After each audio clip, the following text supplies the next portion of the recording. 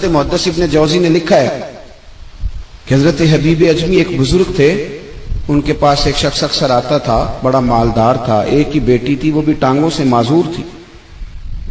تو آپ اکثر اس کو کہتے ہیں کہ تو توبہ کر، اللہ کی بارگاہ میں رجوع کر. ایک وقت ایسا آتا ہے کہ پھر انسان کا جب کوئی اپنا نہیں رہتا پھر اسے مصلی یاد آتا ہے، لیکن اگر مصلی کی عادت بچپن سے پڑ جائے نا تو پھر ذرا آسان ہوتا ہے اللہ سے دل لگانا. وہ اکثر آپ اس کو کہتے ہیں کہ ٹھیک ہو جائے، ایک ہی تو بیٹی ہے، وہ بھی بیچاری معذور ہے، تو کہاں دولت لے جائے. آج کرتا ہوں، ہم تاریخیں دیتے رہتے ہیں نا اللہ تعالیٰ کو معاذ اللہ کہ رمضان سے میں نے نیک ہو جانا ہے، عمرہ کر کے آؤں گا تو پھر میں پکا نمازی ہوں. خدا کے بندو، کس نے تجھے بتایا ہے کہ رمضان تک تو زندہ رہے گا؟ کس نے خبر کی کہ عمرہ کرنے تک تو بچے گا؟ حضرت حبیب اجمی اس کو کہتے تو کہتا بڑی جلدی ٹھیک ہو جاؤں گا. ایک دن سویرے سویرے توبہ کرنے آ گیا. آپ نے فرمایا کیا ہوا؟ تو کہنے لگا حضرت جی کل ایک 15 سال کا نوجوان ملا ہے اور مجھے توبہ کرا گیا. مزہ ہی اس عمر میں اللہ اللہ کرنے کا. نبی کریم سے محبت بھی کرنی ہو تو یہی عمر ہے. عشق لگا سی کھیڈاں کھیڈ دی نوں تے پھر مینوں کھیڈاں بھول گئیاں. کجل پایا سی میں یار دے ویکھنے نوں پھر او دی یاد وچ روندیاں ہی ڈل گئیاں. حیدر شاہ اس گلی کدے نہ رولدی پر ہن تے رول گئیاں. جن لوگوں نے ابو جال کو قتل کیا تھا ان کی عمریں بھی 15 سال تھی. ہم تو بڑے نہیں نہ ہوتے ساری زندگی، نہ ہمیں کو بڑا ہونے دیتا ہے، ہم بڑے ہی نہیں ہوتے. یہی تو عمر ہے کچھ کر گزرنے. 15 سال کا نوجوان توبہ کرا گیا. تو اب حضرت حبیب اجمی کہنے لگے وہ کیسے؟ کہنے لگا حضرت جی میں کل منڈی گیا تھا، مجھے کچھ سامان خریدنا تھا، تو بغداد کے بازار سے میں نے مچھلی خرید لی 10 کلو، باقی بھی سامان تب خود لے جا نہیں سکتا تھا. تو مزدور آپ کو پتہ ہے بیچارے آج بھی سڑکوں پہ بیٹھے ہیں. تو مزدور بیٹھے تھے تو ان میں ایک نوجوان 14-15 سال کا، چہرے پہ بڑی روشنی. میں نے اس کو کہا بیٹے مزدوری کرو گے؟ کہنے لگا حضور مزدوری بھی کرتا ہوں، پڑھائی بھی کرتا ہوں، اور جو اللہ کو منظور ہو اس کی عبادت بھی کرتا ہوں. میں نے اسے کہا کہ یہ میرا سامان ہے فلاں جگہ پہنچانا، کیا لوگے؟ کہنے لگا 3 دینار مزدوری. سودا طے ہو گیا، اس نے سامان اٹھا لیا. کہتے ہیں رستے میں ظہر کا وقت ہو گیا. کہنے لگا چچا اگر اجازت دو تو نماز پڑھ لوں. 15 سال کا جوان. کہتے میں رکھ کے نا وہاں سامان تو پھٹے پہ بیٹھ گیا، وہ نماز پڑھنے چلا گیا. باقی لوگ دیر سے آئے، وہ بچہ جلدی آ گیا. میں نے کہا بیٹے آپ جلدی آ گئے؟ کہنے لگے نفل چھوڑ دیے. اب یہی نہ سمجھ لیں کہ کام چور ہے، میں بعد میں پڑھ لوں گا. کہتے ہیں وہ دوپہر کا وقت، رمضان بھی نہیں تھا. میں اس بچے کو نوجوان گھر لے گیا اور میں نے اپنی بیوی سے کہا کہ بڑا نیک ہے، نمازی ہے. اور راستے میں یہ بھی ہوا ہے کہ میں نے اسے ایک دفعہ کہا ہے کہ یہ مجھے تھوڑی دیر کے لیے دے دو، گرمی بڑی ہے، تمہیں پسینہ آ رہا ہے، میں اٹھا لیتا ہوں. کہنے لگا نہیں چچا میں رزق حلال کھاتا ہوں، اگر آپ اٹھائیں گے تو میں 3 دینار مزدوری پوری نہیں لوں گا، پھر پیسے کم کروں گا. میں نے طے کیا ہے کہ اٹھاؤں گا. تو کہتے ہیں میں نے اپنی بیوی کو بتایا تو بڑی متاثر ہوئی. کہنے لگی دوپہر کا کھانا پک گیا، اسے کو روٹی کھا لے. رمضان بھی نہیں تھا. کہتے میں باہر نکلا، اس کو 3 دینار تھمائے. تو میں نے کہا بیٹے ایک بات میری مانو گے؟ کہنے لگا بتائیے. میں نے کہا کھانا پکائے کھا لو. کہنے لگا میں معافی چاہتا ہوں، میں نے روزہ رکھا ہوا ہے. حضور نے حکم دیا، حکم نبی کریم نے حکم دیا، بخاری مسلم کی حدیث ہے. فرمایا نوجوانوں اگر تمہارے پاس طاقت ہے تو نکاح کر لو ورنہ روزے رکھو. حکم دیا، یا نکاح اور یا روزے، یہ سرکار کا حکم ہے. بھائی نفلی روزہ نفس کی قوتوں کو کچلتا ہے، انسان میں نورانیت اور روحانیت لاتا ہے. کہتے وہ کہنے لگا میں نے روزہ رکھا ہے. میں اور متاثر ہو گیا. میں نے کہا اب کیا کرو گے؟ کہیں اور جانا ہے؟ کہنے لگا نہیں، میں جس دن 3 دینار کما لیتا ہوں پھر میں مزید لالچ نہیں کرتا. باقی وقت یا قرآن مجید پڑھتا رہتا ہوں یا نبی پاک پہ درود شریف پڑھتا رہتا ہوں. اب بتائیں. تو میں نے کہا کہ افطار میرے ساتھ کر لو. کہتے ہیں میں اسے مسجد چھوڑ آیا اور خود میں لوٹ آیا. افطار کے بعد میں اسے لایا، کھانا کھلایا، عشاء پڑھی. اس کا گھر دور تھا، میں نے ڈرائنگ روم کھول دیا، بیٹھک کھول دی، وہیں وہ سو گیا. میری 20 سال کی معذور بچی کبھی چل نہیں سکتی تھی، کوئی طبیب کوئی حکیم میں نے چھوڑا نہیں تھا اس کو دکھایا نہ ہو. ایک ہی بیٹی، وہ بھی معذور پیدائشی. اس کے کمرے میں گئے، میاں بیوی اسے کھانا کھلا اور بتایا بیٹے ایک نوجوان ہے، بڑا نیک ہے ہمارے گھر میں، آج بڑا پرہیزگار. پتہ ہے حضور نے کیا فرمایا؟ نبی کریم فرماتے ہیں جب نوجوان اٹھ کے تہجد پڑھتا ہے نا نوجوان، تو اللہ فرشتوں کے سامنے اس نوجوان پر فخر فرماتا ہے. اللہ فخر کرتا ہے کہ عمر دیکھو اور دیکھو یہ میری بارگاہ. اللہ فخر کرتا ہے, اللہ یعنی خدا خود میر مجلس بود, اللہ فخر کرتا ہے. اب سوچے تو ہم نے اپنی بیٹی کو بتایا کہ نوجوان اور بڑا نیک ہے, تو کہتے ہیں وہ کھانا کھلا کے ہم واپس آ گئے. آدھی رات کا وقت ہوا تو دروازے پہ دستک ہوئی. بچی اپنے کمرے میں سو رہی تھی, ہم اپنے کمرے میں, وہ بیٹھک میں. گھبرا کے اٹھے کہ اس وقت کون ہے دروازے پہ؟ تو بیٹی کہنے لگی ابا دروازہ تو کھولنا. کہتے ہیں دروازہ کھولا تو 20 سال ہو گئے تھے بیٹی کو, کبھی اس نے چل کے نہیں دکھایا تھا, کبھی دوڑ کے ادھر جاتی کبھی ادھر آتی. کہتی الحمدللہ اللہ نے میری ٹانگیں ٹھیک کر دی. ہم دونوں رونے لگے, اے اللہ تو کتنا کریم ہے, کیسے ہوا بیٹے سارا کچھ؟ تو بیٹی کہنے لگی ابا آپ نے کہا تھا نا کہ نیک نوجوان آیا ہے, تو میرے دل میں خیال آیا اللہ اگر واقعی نیک ہے تو اس کے صدقے مجھے شفا ہی دے دے. یا ایھا الذین آمنوا اتقوا اللہ وابتغوا الیہ الوسیلہ. تو کہنے لگی ابھی میری دعا بھی پوری نہیں ہوئی تو رب کریم نے فضل کیا ہے اور مجھے شفا عطا کر دی. کہتے ہم دوڑ کے اس کے کمرے میں گئے اور جب ہم نے ہاتھ رکھا تو دروازہ پہلے سے کھلا تھا, ایک خط چھوڑ گیا تھا. آج کل کے پیر کی کرامت ہوتی تو فیس بک پہ دے دیتا, باقیوں کو بھی ذرا بول پتا چلے. کہتے ہیں وہ خط چھوڑ گیا اپنے بستر پہ کہ اگر تم لوگوں کو مجھ سے محبت ہو گئی ہے تو میرے پیچھے نہ دوڑنا, اس رب کی بارگاہ میں جھکنا جس رب نے میرے اوپر بھی فضل فرمایا ہے اور آپ پر بھی کرم فرمایا.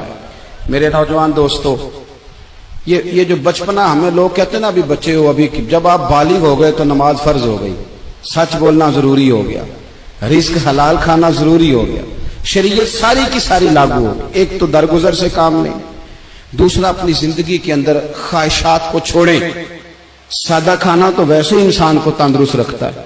یہ جو چکر ہم نے ڈالا ہوا ہے نا مرضیاں کرنے کا, اب موٹر سائیکل بالکل اچھی بھلی ہوتی ہے پر سفارش یہ ہے کہ ماڈل پرانا ہو گیا ہے, تو یہ تو کمزور لوگوں کی علامت ہے. حضرت غوث پاک جیلانی پیر بعد میں بنے, عالم بعد میں, اگرچہ پیدائشی ولی تھے لیکن غوث اعظم کہتے ہیں میں نے سبق استاد کے پاس بعد میں پڑھا. میں نے حضرت ابو سعید مخزومی کے ہاتھ پر بیعت بعد میں ہوا, خلافت بعد میں ملی, سارا کچھ بعد میں ہوا.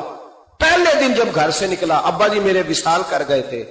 کہتے ہیں میری ماں نے سید زادی نے مجھے گود میں لیا اور میرا ماتھا چوم کے کہنے لگی عبد القادر ایک وعدہ میرے ساتھ کر, زندگی میں تیری زبان سے جھوٹ نہیں نکلنا چاہیے, تیری زبان سے جھوٹ ہے.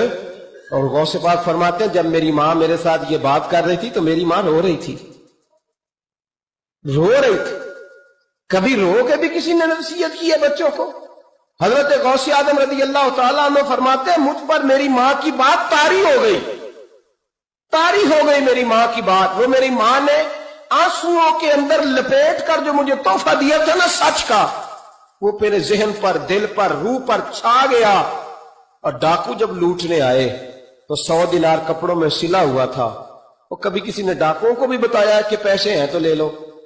یہاں تو شریعت بھی بڑی ساری گنجائش دیتی ہے کہ بچاؤ اپنا مال, لیکن غوث اعظم رضی اللہ تعالیٰ عنہ فرماتے ہیں ماں نے مجھے آنسوؤں میں لپیٹ کر دیا تھا, لپیٹ کر کے سچ بولنا ہے. تو مائیں عظیم ہو تو پھر بیٹے بھی عظیم ہی ہوتے ہیں, ماں عظیم ہو تو بیٹا بھی پھر عظیم ہی ہوتا ہے. لپیٹ کر سچ کا تحفہ دیا تھا.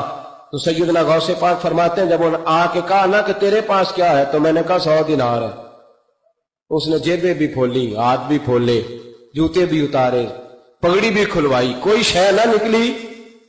تو کہتے ہیں وہ سردار کے پاس لے گیا, کہنے لگا سردار یہ عجیب بچہ ہے, کہتا ہے 100 دینار ہے, سارا ڈھونڈ لیا ملے نہیں, تو یہ جھوٹ بول رہا ہے. تو کہتے ہیں جب اس نے کہا نا جھوٹ بول رہا ہے, تو حضرت غوث اعظم کہتے ہیں مجھے جلال آیا, غصہ. میں نے کہا خبردار یہ بات نہ میرے ساتھ آج کے بعد کرنا, میں جھوٹ نہیں بولتا, یہ میرے قریب نہیں آ سکتا, خبردار. یہاں بچوں کو غصہ تب آتا ہے جب مرضی کا برگر نہ ملے. غوث اعظم کو غصہ کب آیا؟ خبردار سارا کچھ کر, آج کے بعد یہ لفظ نہ کہنا میں جھوٹ بولتا ہوں. عبد القادر جھوٹ نہیں بول سکتا, ہو ہی نہیں سکتا. اس نے کہا پھر بتا پیسے کدھر ہیں؟ تو حضرت غوث اعظم نے بٹن کھولے اور الٹ کر کے کرتا کہنے لگے میری ماں نے سیے تھے. 12 سال کے غوث پاک, ایک روایت ہے 14 سال. یہ ہم لوگ اس کو کہانی سمجھتے ہیں, کہانی نہیں بھائی، یہ واقعہ اگر تیرے میرے سامنے ہو تو اللہ کی عزت کی قسم کھاتا ہوں میں اور آپ بھی توبہ کر دیں، کیونکہ وہ واقعہ نہیں ہو رہا تھا، وہ کیفیات تھی، وہ طاری تھا سارا کچھ اس وقت۔ غوث اعظم رضی اللہ تعالیٰ عنہ کا یہ پیسے 14 سال یا 12 سال عمر مبارک ہے، ڈاکو اس کا سردار کہتا مجھے 22 سال ڈاکے مارتے ہو گئے تھے، اور 14 سال کا بچہ عشق لگا سی کھیڈا کھیڈ دی، 14 سال کا بچہ غوث اعظم نے پلٹ کے دکھا یہ پیسے۔ تو وہ ڈاکو کا سردار کہتا ہے کہ پتہ نہیں مجھے کیا ہوا کہ بچے کے جذبات کس طرح کے ہیں، افکار کس طرح کے ہیں، خیالات کس طرح، کہتا کہ کہاں جا رہے ہو؟ کہا میں علم سیکھنے بغداد جا رہا ہوں۔ تو کہا بیٹا دنیا پیسے چھپاتی ہے، تو نے بتایا کیوں؟ حضرت غوث اعظم نے پیسے اتار کے پھینکے، کہنے لگے پیسے تو رکھ، میں اس لیے بتا رہا ہوں کہ ماں سے وعدہ کر کے آیا ہوں کہ سچ بولوں گا، لے پیسے تجھے دے رہا ہوں۔ ڈاکو کا سردار کہتا ہے بچے کی اتنی عمر نہیں جتنے مجھے پاپ کرتے سال گزر گئے، اور اس بچے کا ماں سے کیا ہوا وعدہ مجھے بدل گیا۔ میں دوڑ کے پیچھے گیا، میں نے کہا عبد القادر مجھے بھی یار بغداد ہی لے چل۔ کہا وہاں کیا کرنا ہے؟ کہا جس استاد کے پاس تو آگے بیٹھ کے پڑھے گا میں اس کے پیچھے بیٹھ جایا کروں گا، چلو بڑھاپے میں بھی کو رٹا لگا کے قرآن و سنت سیکھ جاؤں گا۔ تو کہتے ہیں تجھے کیا ہوا؟ کہنے لگے عبد القادر تو ماں سے کیا ہوا وعدہ نہیں توڑتا، میں رب سے کیے ہوئے وعدے توڑ رہا ہوں، توبہ میری۔ ڈاکوں سے کہنے لگے جاؤ کوئی سردار اور بنا لو، مجھے تو ماں بیٹے کا رشتہ جیت گیا ہے، یہ ماں بیٹے کا رشتہ مجھے جیت کے لے گیا، میں جیت گیا ماں بیٹے کے رشتے میں، یہ مجھے فتح کر گئے، تم کوئی اور سردار بنا لو۔ تو 22-23 ڈاکو تھے، پیچھے آ کے بیٹھ کہنے لگے سردار اگر گناہ اکٹھے کیے ہیں تو نیکیوں میں اکیلا تو نہ چھوڑ۔ او بھائی ماں بیٹے کا رشتہ اور ماں بیٹے کی تربیت، تو 14 سال کا بچہ توبہ کرا جاتا ہے، پر مصیبت یہ ہے کہ ہم وہ مائیں تیار کرنے میں کامیاب نہیں ہو سکے، لیکن ہم نے سدا ناکام نہیں رہنا۔ ایک درویش کی بات کر کے سمیٹنے کی طرف حضرت ابراہیم بن یزید نخعی رحمت اللہ تعالی علیہ، حجاج بن یوسف نے جب بڑے ظلم کیے نا تو ایک شخص اٹھا حضرت ابراہیم بن یزید نخعی رحمت اللہ، جنہوں نے حجاج کے خلاف فتویٰ دیا کہ ظالم ہے، پھر تقریریں کی کہ ظالم ہے۔ لوگ سمجھتے ہیں کہ علماء کی تقریروں سے کیا ہوتا ہے، علماء کی تقریروں سے انقلاب آ جاتا ہے۔ آپ یقین کریں علماء کا قلم تلوار سے زیادہ کام کر دکھاتا ہے، فتویٰ بھی دیا، تقریریں بھی کی، اس قدر زیادہ ان کے فتوے کی نقلیں تیار کر کے بانٹی گئی کہ حجاج پریشان ہو گیا، سپاہیوں کہنے لگا گرفتار کر کے لاؤ ابراہیم بن یزید نخعی، جہاں ملے گرفتار کرو۔ سپاہی گرفتار کرنے گئے، علماء اور مشائخ سے جو لوگ پیار کرتے ہیں نا وہ روح کی گہرائیوں سے پیار کرتے ہیں، جانے دیتے ہیں اپنے بزرگوں کے ناموں پر۔ لوگ ان کو اٹھا کے لے گئے، کہا بابا جی ہم حفاظت کریں گے، دور ان کو کہیں چھپا دیا، فتویٰ ان کا دھڑا دھڑ چل رہا ہے، اور بھی کوئی بات وہ کرتا تو آپ فتویٰ دیتے وہ چھپ جاتا، وہ چھپ کے اپنی ڈیوٹی کر رہے ہیں، اور ایک کونے میں بیٹھے ہیں مورچے میں، پھر بھی ان کا جو نظام ہے وہ پورا عروج پہ ہے، حجاج کی کرسی کانپ رہی ہے۔ حجاج نے ایک دن بلایا، کہنے لگا جو سپاہی ان کو گرفتار کرے گا نا ایک سپاہی کو 1,500 دینار دوں گا، اس کو مکان دوں گا، جائیدادیں دوں گا، 1,500 ماہانہ اس کو تنخواہ ملے گی ساری زندگی، گرفتار کرو۔ اب وہ سپاہی گلیوں میں گھومنے لگے، کسی طریقے بابا پکڑا جائے، لیکن نہ پکڑے گئے۔ ایک دن ایک بزرگ تھے، ان کا نام بھی ابراہیم بن یزید تھا، لیکن وہ ابراہیم بن یزید نخعی تھے، یہ ابراہیم بن یزید تیمی تھے، یہ علاقہ تیم کے رہنے والے، عمر بھی تقریباً ایک جیسی تھی، محلہ بھی ایک تھا۔ تو وہ دروازے پہ نماز پڑھ کے باہر نکلے تو انہیں پتا ہے کہ لوگ ابراہیم بن یزید، پتا ہے انہیں، کہا تمہارا نام کیا؟ کہنے لگے ابراہیم، والد کا نام کا یزید۔ ابراہیم بن یزید کہا اٹھاؤ بھائی، خوشی کی انتہا نہ رہی، پکڑا لے گئے، رستے میں بھی مارا، تھانے لے جا کے جیل لے جا کے بھی مارا، اتنا مارا کہ بزرگوں کا رنگ بدل گیا، منہ اور ناک سے خون آنے لگا۔ جا کے حجاج کو کہا تیرا مجرم ابراہیم بن یزید پکڑا گیا۔ حجاج نے بڑے انعامات دیے، تنخواہیں ہمیشہ کے لیے لگ گئیں، پلاٹ نام ہو گئے۔ انہوں نے بتایا نہیں کہ میں تیمی ہوں، نخعی نہیں، مار کھاتے رہے، جیل میں رہے۔ اب فوجیں چپ کر کے بیٹھ گئیں، ان کا جو فتویٰ تھا وہ زیادہ پھیلنے لگ گیا، کیونکہ اب ان کی تلاش ختم ہو گئی، خطرہ ختم ہو گیا، کام وہ زیادہ کرنے لگ گئے۔ یہاں یہ گرفتار ہو گئے، حالات بڑے کٹھن ہوئے، کچھ علاقوں میں کچھ جیلیں سخت ہوتی ہیں۔ حجاج بن یوسف نے دماس نام کی جیل بنائی ہوئی، اس جیل میں جناب ابراہیم بن یزید تیمی کو ڈال دیا۔ آپ کی عمر 60 سال تھی، ماں کی عمر 90 سال تھی۔ ماں بیٹا ڈھونڈنے لگی، ڈھونڈتے ڈھونڈتے ڈھونڈتے ڈھونڈتے کسی نے بتایا کہ وہ ابراہیم نخعی کے دھوکے میں تیرے بیٹے کو لے گئے۔ ماں جیل پہنچی، بیٹا ماں سے جب ملا تو بیٹا قدموں میں گرا، چہرہ دیکھ کے ماں کا کلیجہ پھٹا، اتنے زخم میرے بیٹے کے وجود پر۔ کہا بیٹا انہیں بتایا کیوں نہیں کہ تو تیمی ہے نخعی نہیں، بتایا کیوں نہیں؟ تو جناب ابراہیم تیمی نے ماں کے منہ پہ ہاتھ رکھا، اماں چپ کر جا، میں ایک جاہل آدمی ہوں، میرے وجود سے امت کا فائدہ کوئی نہیں، وہ رسول اللہ کے دین کا چمکتا ہوا چراغ ہے۔ اماں ان کی وجہ سے کتنے سینے روشن ہیں، کتنے دلوں میں ایمان کی تازگی ہے، کتنی آنکھوں میں رسول اللہ کی محبت کا نور ہے۔ اماں ابراہیم بن یزید نخعی کی وجہ سے ظالم کانپ رہے ہیں، ڈر رہے ہیں، اور مظلوم اٹھتے ہیں کہ ہمارا بھی کوئی ہے نام لینے والا۔ اماں نہ، میری وجہ سے اگر وہ بچ سکتے ہیں تو میں کہیں جانے دینے کو تیار ہوں، مہربانی کر اماں، تو نے نہیں کہنا، تو نے کسی کو بتانا نہیں۔ ماں کہنے لگی بیٹا تو نبی پاک کے دین کے غلام پر جان دینے لگا؟ کہا ہاں۔ اماں کہنے لگی پھر میں کسی کو بتاؤں گی نہیں، بلکہ میں تیرے حوصلے کی دعا مانگوں گی۔ اور ماں کہنے لگی بیٹا اگر قیامت کے دن اللہ نے مجھ سے پوچھا نا کہ تیرے بیٹے نے تیرے حق ادا کیے کہ نہیں کیے، تو میں کہوں گی مالک میں اپنے بیٹے سے بڑی راضی ہوں، اور اللہ میرے بیٹے کو بغیر حساب کتاب جنت دے، میں تیرے لیے دعائیں مانگوں۔ ماں تسلی دے کے بیٹے کو گھر آ گئی۔ حضرت ابراہیم تیمی کو اتنا مارا کہ 3 دن کے بعد جیل میں شہید ہو گئے۔ جب وہ شہید ہوئے، حجاج بن یوسف رات کو خواب دیکھتا ہے کہ آج تیری سلطنت میں کوئی جنتی فوت ہو گیا، جنتی فوت ہو گیا، جنتی حجاج نے پورے ملک میں پتہ کرایا تو کہا ایک ہی بندہ فوت ہوا ہے جو جیل میں تھا۔ تو حجاج آئے وہاں، جس وقت حجاج وہاں پہنچا نا، سرانے آ کے میت کے کھڑا ہوا، اسی وقت ایک تازہ فتویٰ آیا، کیونکہ حضرت ابراہیم نخعی کو نہیں خبر تھی کہ میری جگہ پہ وہ بندہ شہید ہو۔ تازہ فتویٰ آیا کہ سنا ہے آج صبح ایک اور بندہ اس کے تشدد سے قتل ہو گیا، مسلمانوں پہ ضروری ہے اس ظالم کے خلاف اٹھے۔ جب فتویٰ پڑھا تو نیچے دستخط تھے۔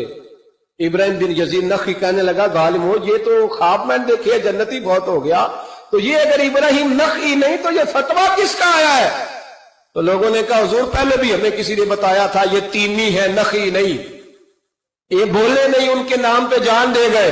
کہنے لگا پھر پکڑو ابراہیم نخعی کو۔ تو حضرت سعید بن جبیر پیچھے کھڑے تھے، کندھے پہ ہاتھ رکھ کہنے لگے حجاج بس کر، بس کر، اب ان کے پیچھے فوجیں نہ دوڑانا، جن کے نام پر جان دینے والے جنتی ہیں، اس بزرگ کی اپنی شان کتنی ہوگی، اس کے حصے پہ جو جان دے گیا، جب اس کے لیے تجھے جنتی کی خواب آئی ہے۔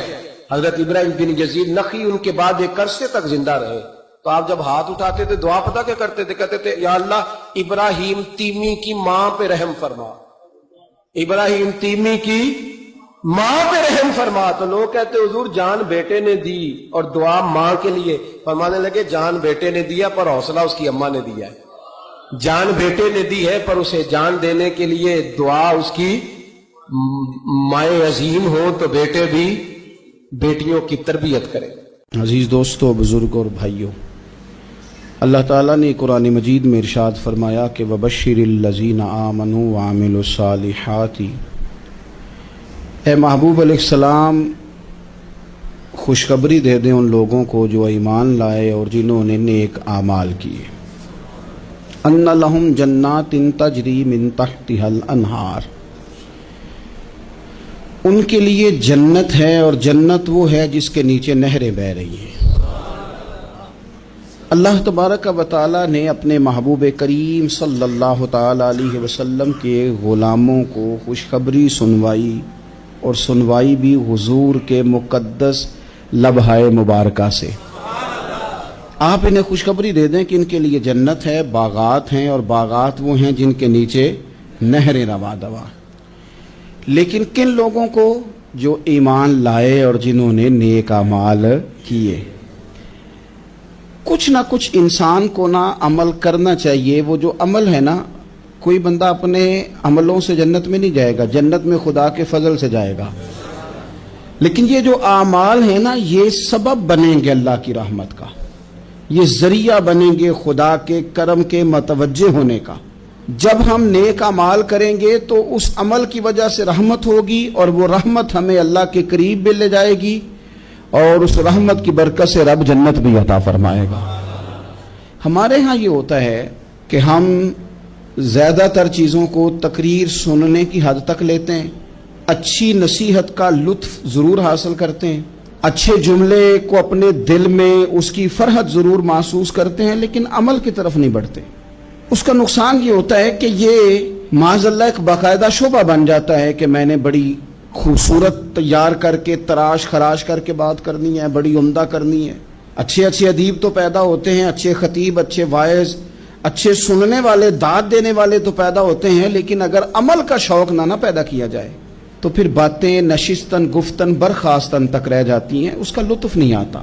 پھر تو تقریریں ہو رہی ہیں، ہوتی ہیں اور ہوتی رہیں گی. نتیجہ کیا نکلا؟ جو آدمی کہتا ہے میں اتنے سالوں سے تقریر سن رہا ہوں، تو سوال یہ ہے کہ بھئی اتنا سننے کے بعد تم سنورے کتنا؟ سننے کا ایک ہی مقصد زندگی میں آپ سمجھ لیں کہ سننے کا مطلب سنورنا ہے. اور اگر آپ نے خیر کی بات سنی اور آپ سنورے ہی نہیں، میں آپ کو دعوت فکر دیتا ہوں. نبی پاک صلی اللہ تعالی علیہ وسلم نے ارشاد فرمایا، ایک عورت تھی، طوائف تھی، ساری زندگی اس کی گناہوں میں گزری معاذ اللہ. پھر وہ ایک کنویں کے پاس سے گزر رہی تھی، ایک پیاسا کتا اس نے وہاں پیاس سے تڑپتے سسکتے دیکھا، اور پھر اس نے اپنے جوتے کو لٹکا کر اپنے دوپٹے کی مدد سے یا جیسے اس سے ممکن ہو سکا اس نے پانی نکالا، کتے کو پلایا، اللہ نے اس کی بخشش فرما دی. آپ ماشاءاللہ ہزاروں میں لوگ ہیں، آپ نے بڑی جلدی مجھے یہ بتانا ہے. یہ حدیث آپ نے پہلے بھی سنی ہوئی ہے نا؟ میرا خیال ہے کوئی بندہ نہیں رہا جس نے نہ سنی ہو. سنی ہوئی ہے نا ہم نے الحمدللہ. اتنے سارے بندے جو یہاں موجود ہیں انہوں نے سنی ہوئی ہے، تو ظاہر ہے امت مسلمہ میں جتنے لوگ ہیں ڈھیر ساروں نے یہ بات سنی ہوگی. لیکن میرا سوال یہ ہے، میں سڑکوں پہ روڈوں پہ سفر کرتا ہوں، ہم نے یہ حدیث درجنوں بار سنی کہ طوائف نے کتے کو پانی پلایا تو اس کی بخشش ہو گئی، لیکن حال یہ ہے کہ سڑک پر کسی گاڑی سے ٹکرا کر اگر کوئی کتا مر جاتا ہے، اب مر ہی گیا ہے، گاڑی والا، موٹر سائیکل والا، پجارو والا، بس والا کوئی اتنی جرت نہیں کرتا کہ لکڑی کے ساتھ، رسی کے ساتھ ہی پکڑ کے اسے سائیڈ پہ کر دے. اس سڑک پہ مرا ہوا پڑا رہتا ہے، یہاں تک کہ گاڑیوں کے ٹائروں کے ساتھ اس کا گوشت لگ لگ کے سڑک صاف ہوتی ہے. اس محبوب کے ماننے والے جس محبوب نے بتایا کہ طوائف نے پانی پلایا تھا، اور ہمیں سمجھ بھی آ گئی اور حدیث پڑھ بھی لی اور سن بھی لی، پھر اس ملک کی جو مسلمانوں کا ملک ہے اس کی سڑکوں پر مرے ہوئے کتوں کو اٹھائے بھی کوئی نہ، اور زخمی کتا زخمی ہو ہی گیا ہے، اب اسے سڑک سے سائیڈ پہ ہی کر دیا جائے کم از کم، تاکہ اس کی اگر جان باقی ہے تو بچ جائے. تو پھر مجھے بتاؤ نا میرے دوستو، ہم نے کس لیے تقریریں سنی ہیں؟ کس لیے خطبے سنے ہیں؟ وعظ و نصیحت کی مجالس کا مطلب ہم نے کیا سمجھا ہوا ہے؟ تقریر، تحریر، تصنیف، اچھی گفتگو، اچھا جملہ، اس کا معنی ہم کیا سمجھتے ہیں؟ تو آج جو خوبصورت گھڑیاں شب برات کی صورت میں ہمیں نصیب ہونے جا رہی ہیں، اس سے پہلے اپنے دل میں یہ ارادہ کرو کہ رب کریم نے ہمیں جتنا دین کا فہم دیا ہے، سمجھ دی ہے، علم دیا ہے، ہم ارادہ کرتے ہیں اب ہم صرف سنیں گے نہیں، پڑھیں گے نہیں، صرف بیان ہی نہیں کریں گے، ہم عمل بھی کریں گے. کوئی تھوڑا سا نا عمل کا رستہ بھی تو میرے عزیز ہونا چاہیے. اب مطلب بہت ساری جگہوں پہ جانے کا موقع ملتا ہے تو لوگ کہتے ہیں پیر صاحب ناراض نہ ہونا، ہم نے بڑا بندوبست کیا ہوا ہے، تقریر ذرا نہ 1.25 گھنٹہ کرنا. تو میں کہتا ہوں مثلاً آپ مجھے بتائیں نا 1.25 گھنٹہ تقریر کرا کے آپ نے کیا کرنا ہے؟ اگر تو آپ نے اس لیے بلایا ہے کہ جناب ایک بات سنیں گے، ایک واعظ ہوگا، سر دھنیں گے، تو وہ تو مجھے آتا ہی نہیں. تو میں تو مختصر بات کروں گا اور اتنی کروں گا جس کی ضرورت محسوس کروں گا. لمبی چوڑی تقریروں کا کیا مطلب ہے؟ ہم کیا چاہتے ہیں سوائے اس کے کہ جناب بات بڑی اچھی کانوں کو لگ رہی ہے، مزہ بڑا آ رہا ہے، تو آپ نے لیا کیا؟ نتیجہ کیا نکلا؟ میرے رسول پاک علیہ السلام کے صحابہ جو حضور سے نصیحتیں لیتے تھے وہ کیسی تھی؟